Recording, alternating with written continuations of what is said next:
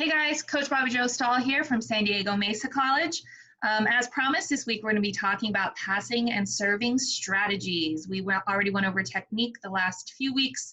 Now we're going to talk about how that technique applies to gaining a competitive advantage in the gym and in a match and trying to use those skills for our advantage. So we put together a little bit of a presentation to talk about our passing and serving strategies. So here we go.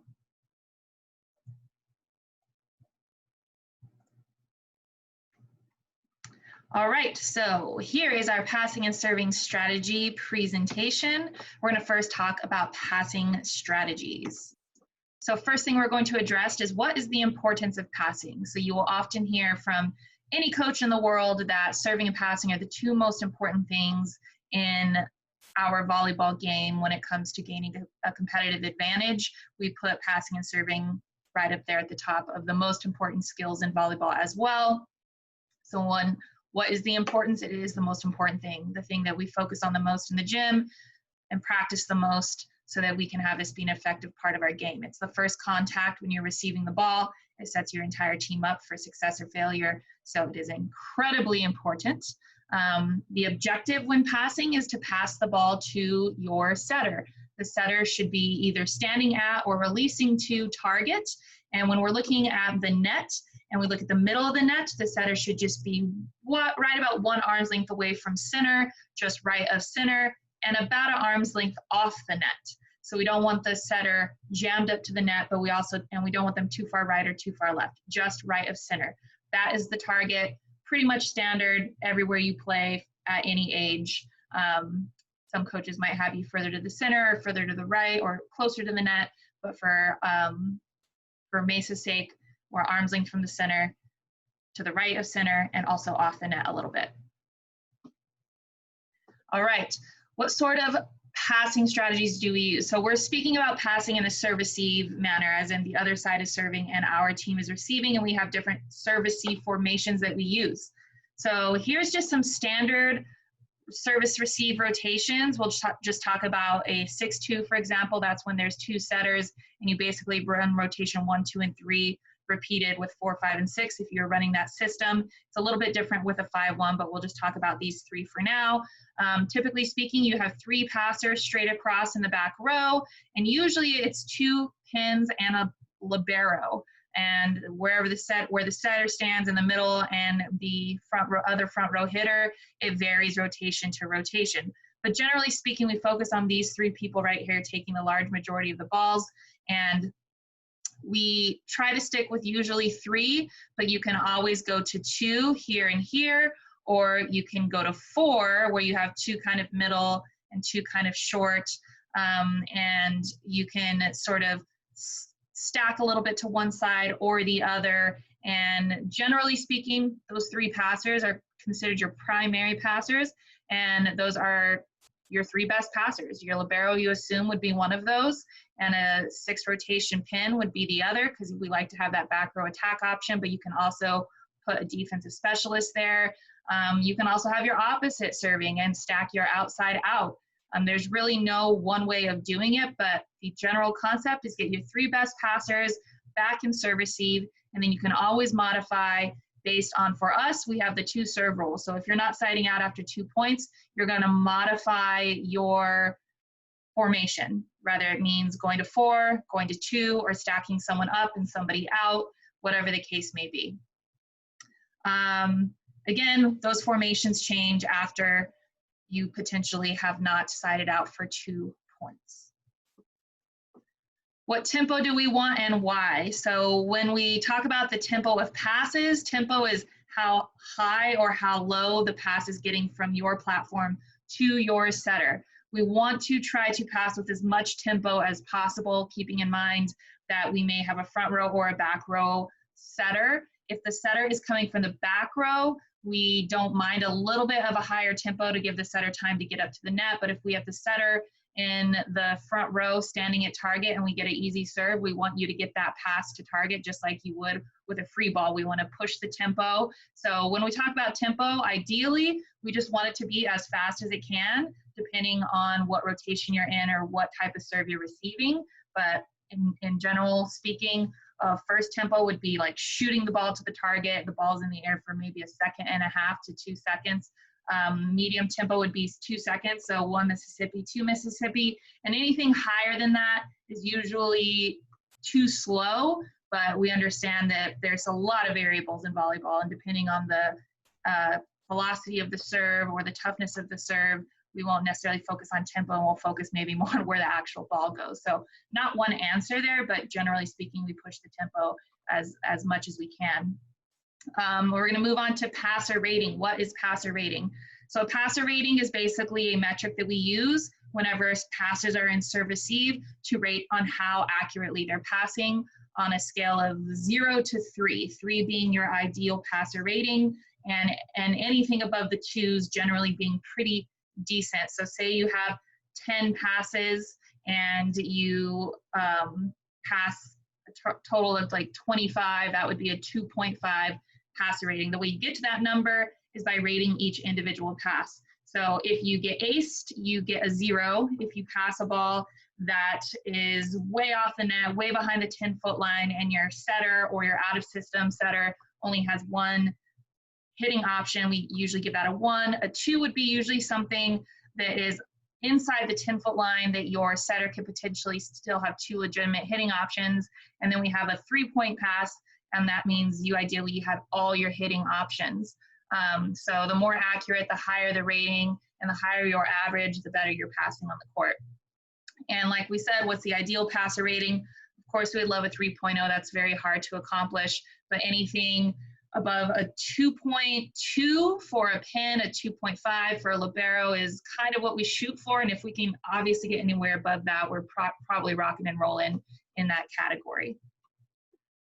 All right, we're going to talk about managing expectations. All right, so our expectations for our passers when they are in serve receive is that if you get an easy serve, that equals an easy pass. Therefore, we expect a perfect pass or a 3-point pass where we can have all of our hitting options available for our setter. When we get a tougher serve, we obviously anticipate that's going to be a tougher pass, and then we're just going for something more manageable, maybe a 2 pass.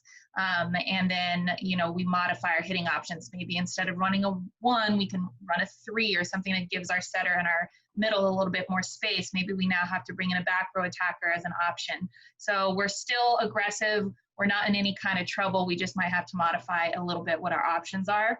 And when we get aced, of course, we're avoiding that at all costs. These kill your passer rating numbers and affect your ability to win games. So there's a lot more variables there, but that kind of breaks it down into categories of what we expect based on the serve or the toughness of the serve you're receiving. Big thing in passing in general is that we have to have a next ball mentality. Next ball mentality means if you got a bad pass or if you got aced, you're focusing on the next ball instead of dwelling on the previous ball. And if you got a good pass, that you're then focusing on how to replicate that good pass. So we try to do that as coaches as well and coach the next ball rather than focusing on correcting the previous pass. So really important that as an entire crew, as players, as coaches, that we are always focusing on that next ball and that we're not getting too caught up in the future or the past. You have to be very present in this game, and things happen so quickly, things move on so quickly that mentally we have to be present and we have to be focused on the next thing, whatever that might be. So it applies pretty much in every single category, not just in serving, but again, it's something that we really, really focus on, and you'll hear us say it a lot in the gym. All right, we're gonna move on to serving strategies. What is the importance of serving? Like we said with passing, we consider this to be the most important or second most important thing if we were really rating it. And also it varies kind of from men's to the women's game. I think men's game would maybe say serving is the most important thing. Women would maybe say passing is, but either way, they're both very, very important measures and metrics in which we can win or lose games. The objective of serving. So for every coach and every program, your objective when you're serving might vary. It varies by level, it varies by maybe who you're playing, it varies by who your personnel is, what kind of servers do you have, and what kind of serves can you actually expect from your squad. So For us at Mesa, our objective with serving, pretty much generally speaking, and again, this might vary match to match, but our objective with serving is an ace is always great, but we're not necessarily going for aces all the time. So we're going for very aggressive areas, and we don't often serve to anybody, no matter if they're the best player or worst player. We are always trying to serve either over and deep or short and in front or somewhere in the seams to where we can make our passers move. If a passer doesn't have to move, it's an easy pass. Anytime the passer has to move, it makes it tougher for them to make an accurate pass. So really, our objective is to make the serve receiver on the opposing team move, struggle a little, and if we can get an ace, awesome. But we're also not going to go for that every single time. We want to put the pressure on the other team. We want to make them execute a pass, a set, and a hit rather than bombing every other ball in the net or out of bounds. Different types of serving. We have we kind of already talked about this in the basic techniques part, jump float, standing float, jump top spin. We really just like to identify, everybody should know how to do all of them, but we want to identify what is the best, most effective serve for you individually and what you can get back there and be effective with. For some people, it's a standing float. Even though we say we like a jump float, some people are simply better standing and are very, very effective. We can have you move a little deeper behind the back line and do a standing float, or we can have you be aggressive jumping into the court with a jump float. And there's a few times where we have a jump top spin that's very effective, and we might use that as well. So again, it depends team to team, person to person, but those are kind of the types of serving. We have a little video here. It's a presentation, and we won't watch that right now together, but it's just there for your reference, and I think a fun, interesting video to watch as it pertains to serving strategies. Kind of already talked about how aggressive we want to be. It's all depends. But I am a proponent of finding that happy medium. We're not going to be a easy serving team by any means. This is an extremely important skill to us and something that we will focus a lot on, but we're not just going to be all out aggressive and making a ton of errors. So that brings us to the next point. What is an ace to error ratio? So really at the end of the match, you want to see how many aces you got versus how many errors you got.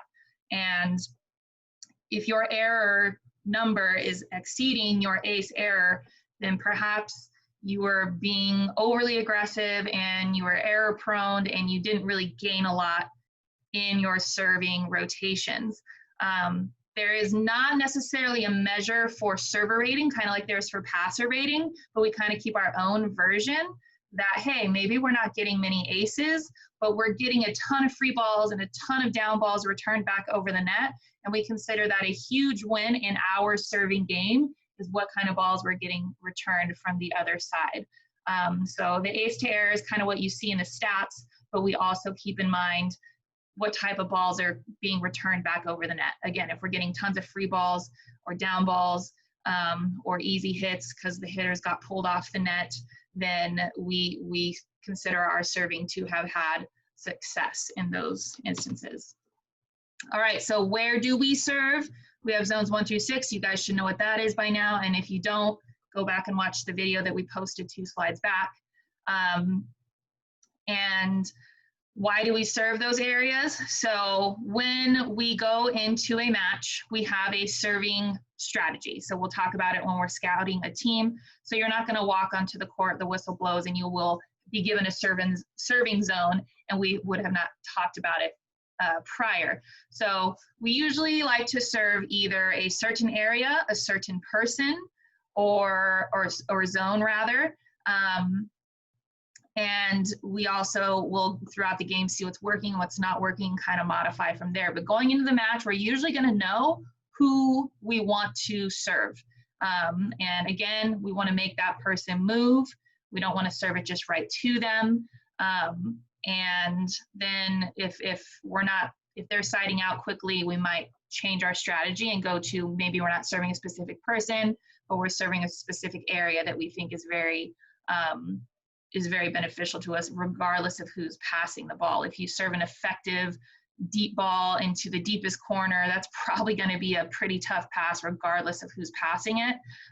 So again, why do we serve areas? It varies, but generally speaking, we're just sort of going for what we think is effective, or modifying if we don't feel like we're getting effective either aces or easy balls returned to us. How do we get the ball to those areas?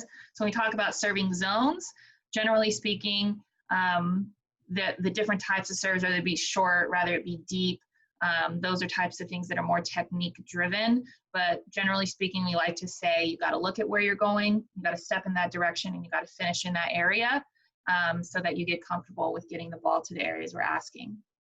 So that brings us to routine and mental focus. This is humongous in serving. This is probably one of the more mental parts of the entire game. First, you need just good old-fashioned reps. Get the reps physically and mentally. So the muscle memory of just serving certain zones so many times that it becomes very easy, very natural, very familiar is important. But you also need to get those reps mentally. That means you're going through your routine every single time. You're not just in practice bombing balls, but you're doing your routine. You're taking a deep breath. You're finding out what cues you want to give yourself, which brings us to the next thing is what are you thinking about? Is it thinking about a good toss? Is it about keeping your eye on the ball? Is it about looking at your serving area? Is whatever it is for you, you got to find what sort of mental cues you're giving yourself so that when you do your routine, you're not just doing something physically, but you're giving yourself something mentally to think about, making sure that you're looking at the area you're serving so that you don't lose sight really of what you're trying to do.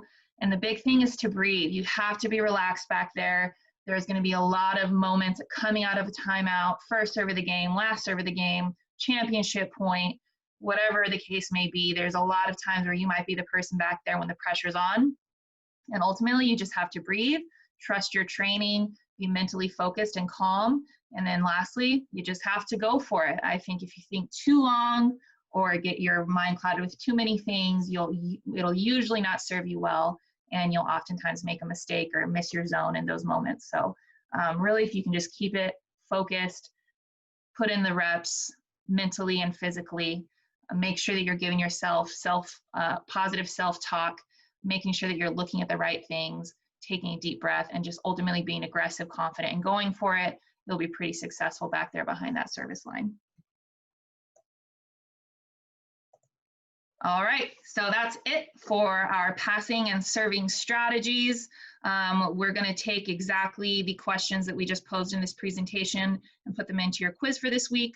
So make sure that you're taking notes while you're watching this presentation. Sorry, I should have said that at the beginning. And then you should be able to go through the quiz and answer all the questions that we send you for the week. If you guys have any questions, you know how to find me. We'll see you very soon. Have a great day.